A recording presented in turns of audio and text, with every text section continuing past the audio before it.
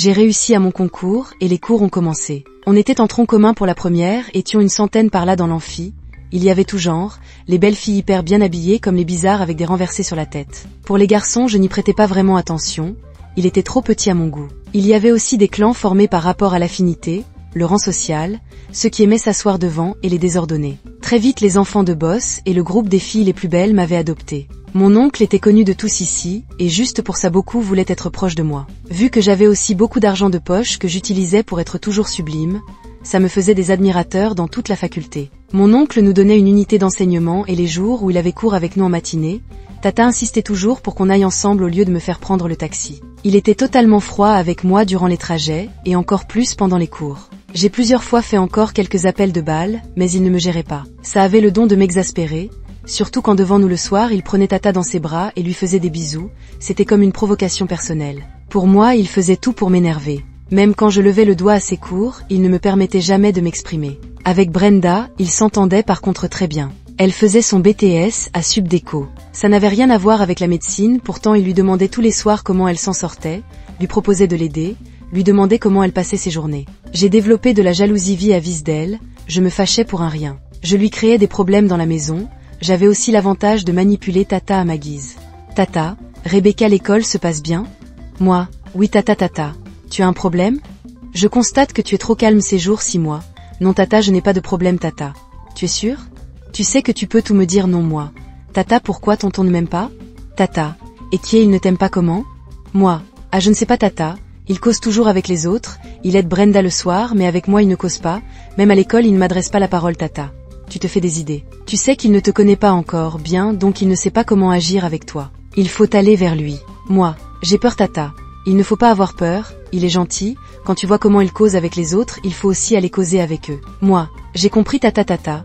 Ok, il ne faut plus afficher cette mine moi, j'ai compris Tata, bon je pars lire Tata, d'accord ma puce. Je suis montée dans ma chambre et au lieu de me plonger dans mes cahiers, c'est dans le téléphone que j'ai posé mon attention. Ça faisait un bail, je n'avais pas vu Olivier. Depuis la dernière fois, il avait essayé de me voir, mais je l'évitais en lui disant qu'il devait faire un choix entre sa copine et moi. Il disait que c'était compliqué, qu'il était avec sa copine depuis trop longtemps et que c'était une fille trop bien pour la quitter de cette façon. Il m'avait demandé du temps pour faire les choses sans la heurter, mais je connaissais les choses d'égal à J avait refusé et lui avait dit que s'il voulait me revoir ça devait être avec la preuve qu'il avait quitté sa copine. Je lui ai fait un message ce jour parce que j'étais en manque et je voulais verser ma frustration sur quelqu'un. Comme je m'y attendais, il m'a dit qu'il était à la maison et que je pouvais passer si je voulais. Je suis allée dire à Brenda que je devais faire une course rapide et qu'elle devait me couvrir au cas où et je suis sortie. Je comptais partir juste pour 2 heures de temps, vu qu'il était déjà près de 16 heures et qu'il y avait un couvre-feu chez nous. Est-ce que les embouteillages étaient alors d'accord avec moi? Je suis arrivée chez Olivier, il était près de 18 heures. Le temps des bavardages pour ne rien dire, des fausses promesses, des préliminaires et de l'obtention du but recherché en venant ici, 23 heures j'étais encore là-bas. Brenda ne faisait que m'appeler, mais je ne pouvais pas prendre, j'étais plus qu'occupée. Quand j'ai fini de m'habiller, je l'ai rappelé. Oui Sista, ça dit quoi? Tu es la magie hein? C'est grave ici. Tu es où? J'arrive déjà, j'ai été bloquée. Tata est fâchée? C'est tonton qui est fâché, ils se sont même chamaillés ici, qu'elle t'encourage à faire n'importe quoi, c'est vraiment parti en couille ici. Pardon, il faut rentrer. Je rentre déjà. Je pensais que c'était Tata qui me cherchait. Celui-là donc il sait même que j'existe? Et qui est, qu'est-ce que tu dis comme ça? Tu parles de tonton comme ça? Tu es terrible hein la fille ici.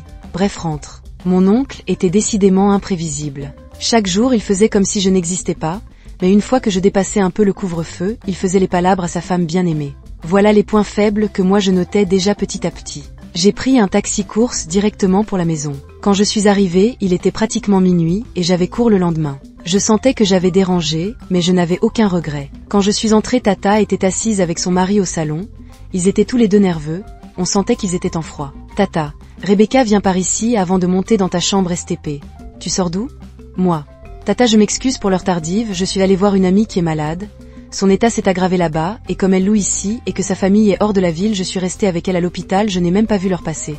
Je devais même dormir à son chevet Tata, elle est seule là-bas, mais je n'avais pas prévenu, c'est pour ça que je suis rentrée. Je m'excuse Tata, toi-même tu sais que je me dépasse jamais le couvre-feu. Tata, mais ton téléphone te sert à quoi? Quand tu as ce genre de problème tu préviens. Moi, j'étais en panique là-bas, je n'ai pas réfléchi Tata. Il faut t'excuser chez ton oncle parce qu'il est très fâché. Ici on respecte le couvre-feu, il ne faut plus qu'on dise là que c'est moi qui vous apprends n'importe quoi moi. Tonton, je suis désolée lui. Tata, maintenant l'enfant te parle, tu ne réponds pas. Ce n'est pas comme ça que tu vas traiter les membres de ma famille ici, c'est moi qui te dis ça lui. Moi, tonton, je te promets que je ne vais pas recommencer. Façon le gars me regardait malin, lui-même il savait que je faisais le cinéma, mais sa femme avec toute sa naïveté là ne voyait rien. Tata, si c'était ta nièce comme ça tu allais parler lui. Tu veux partir sur ce terrain? Tata, donc tu peux parler? Dès que je dis un peu de vérité ta bouche s'ouvre. Lui, je ne vais pas te répondre comme ton cerveau se refuse à réfléchir correctement la tata. Vaille insulte-moi, quand moi-même je vais commencer je ne vais pas te rater lui.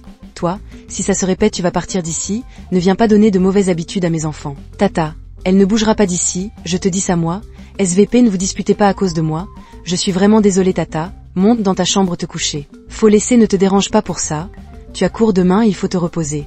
Mon sourire quand je suis montée ma nuit a été merveilleuse. Savoir qu'ils avaient les problèmes était un véritable bonheur pour moi. Le matin ils se sont encore un peu chamaillés parce que mon oncle voulait partir sans moi. Finalement ma tante a dû gagner parce que tata est venue me dire de descendre qu'il m'attendait en bas pour partir. Je suis entrée dans la voiture avec mon petit sourire en coin. Il savait que je défiais son autorité en faisant semblant devant tata, et ça le mettait vraiment hors de lui. Mon téléphone a sonné et c'était Olivier, je ne lui avais pas fait signe depuis la veille, j'ai décroché comme si j'étais seule dans la voiture.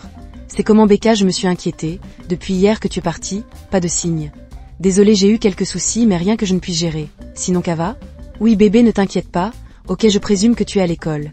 Je m'y rends, ok passe alors une bonne journée, toi aussi bébé, bisous. Les amis.